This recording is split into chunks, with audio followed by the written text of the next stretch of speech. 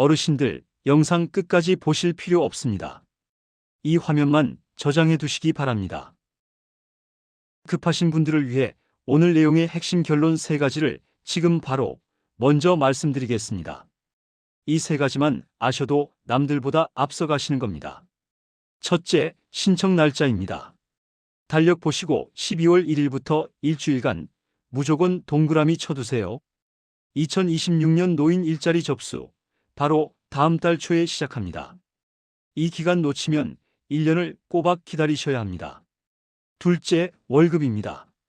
노인 일자리 해봤자 용돈벌이 아니냐 하시는데 내년엔 다릅니다. 사회서비스형 일자리를 신청하시면 주휴수당 포함해서 월 76만 원 이상 받으실 수 있습니다. 단순 용돈이 아니라 진짜 월급입니다. 셋째, 선발 인원입니다. 겁먹지 마세요.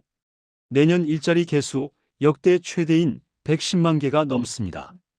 작년에 떨어지셨던 분들도 올해는 무조건 다시 도전하셔야 합격할 수 있습니다. 자, 그럼 도대체 2026년에는 2025년과 비교해서 구체적으로 무엇이 바뀌는지, 그리고 내가 월 76만 원을 받으려면 당장 무슨 서류를 준비해야 하는지 지금부터 아주 상세하게 설명해 드리겠습니다. 안녕하세요, 여러분. 날씨가 제법 쌀쌀해졌죠? 찬바람이 불기 시작하면 우리 어르신들이 꼭 준비하셔야 할 게 2가지 있습니다. 하나는 김장이고 또 하나는 바로 내년도 일자리 신청입니다. 정부가 며칠 전 발표한 2026년 노인 일자리 운영 계획을 제가 꼼꼼하게 분석해 봤는데요. 작년, 그러니까 2025년 운영 방식과 비교했을 때 아주 큰 변화가 감지되었습니다. 가장 먼저 눈에 띄는 변화는 일자리의 양입니다. 2025년에는 전국적으로 약 103만 개 정도의 일자리가 있었습니다. 그런데 내년 2026년에는 110만 개에서 최대 115만 개까지 늘어날 전망입니다. 경기가 안 좋은데 일자리가 늘어난다고? 의아해하실 수 있는데요. 베이비부머 세대, 즉 60대 초반의 인구가 노년층으로 대거 진입하면서 정부가 예산을 대폭 늘렸기 때문입니다. 경쟁률이 그만큼 낮아진다는 뜻이니 나는 나이가 많아서 혹은 능력이 없어서 안 될 거야 하고 미리 포기하지 마시고 꼭 지원서를 내셔야 합니다. 2번째 변화는 일자리의 종류입니다. 이 부분이 오늘 내용 중 가장 중요합니다. 보통 노인 일자리라고 하면 조끼 입고 동네 쓰레기를 줍거나 잡초를 뽑는 모습을 떠올리시죠? 이걸 공익활동형이라고 합니다. 2025년까지는 이 공익형이 압도적으로 많았습니다. 물론 이 일도 보람차고 좋습니다. 하지만 내년 2026년의 주인공은 공익형이 아니라 사회서비스형입니다. 정부가 단순히 시간만 때우는 일자리는 줄이고 어르신들의 경력을 살리는 일자리를 늘리겠다고 선언했기 때문입니다. 예를 들면 어린이집에서 선생님을 도와 아이들을 돌보거나 은행이나 우체국에서 손님 안내를 하거나 초등학교 급식실을 돕는 일들입니다. 내년에는 이런 일자리의 비중이 확 늘어납니다. 그럼 여기서 가장 중요한 질문이 나오죠. 돈은 얼마나 주는데? 이게 3번째 변화이자 핵심입니다. 2025년과 2026년의 급여 차이 명확하게 비교해 드립니다. 먼저 쓰레기 줍기 같은 공익활동형은 아쉽게도 내년에도 큰 인상은 없을 것으로 보입니다. 2025년과 비슷하게 월 30시간 일하시고 약 29만 원 정도를 받게 됩니다. 말 그대로 소일거리 삼아 운동 삼아 하시는 용돈 개념이죠.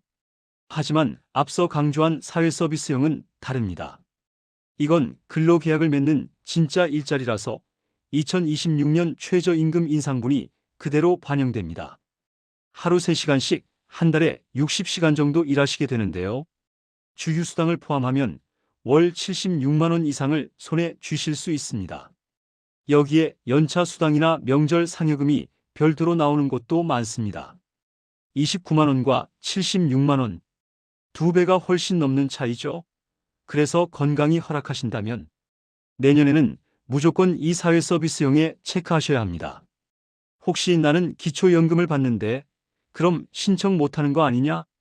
걱정하시는 분들 계시죠? 정확히 말씀드립니다.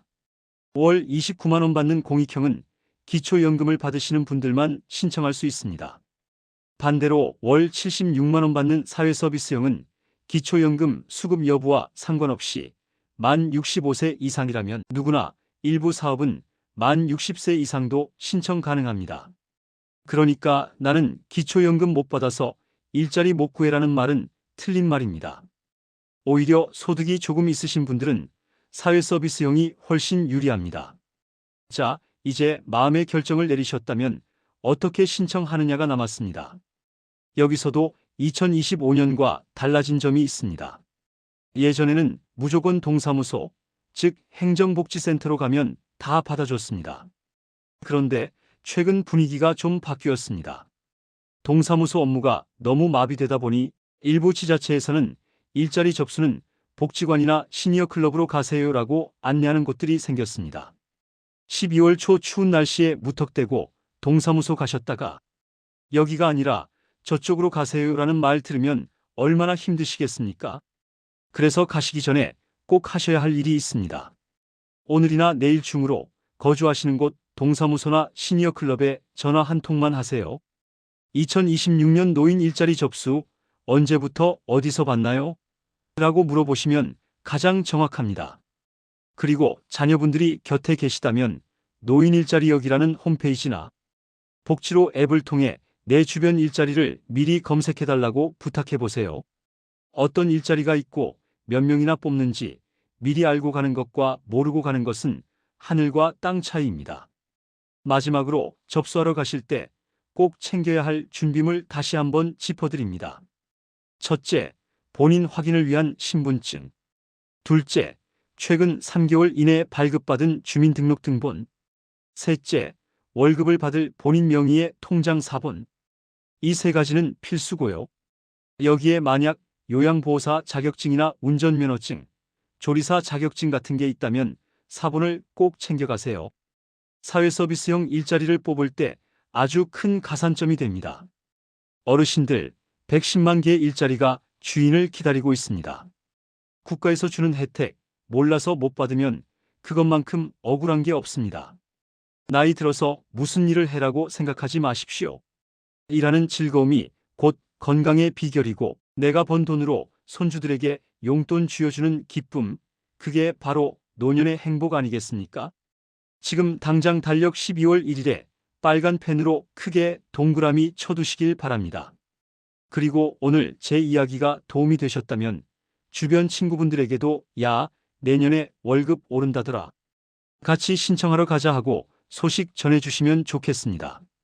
날씨 추운데 감기 조심하시고요. 오늘도 활기찬 하루 보내십시오. 감사합니다.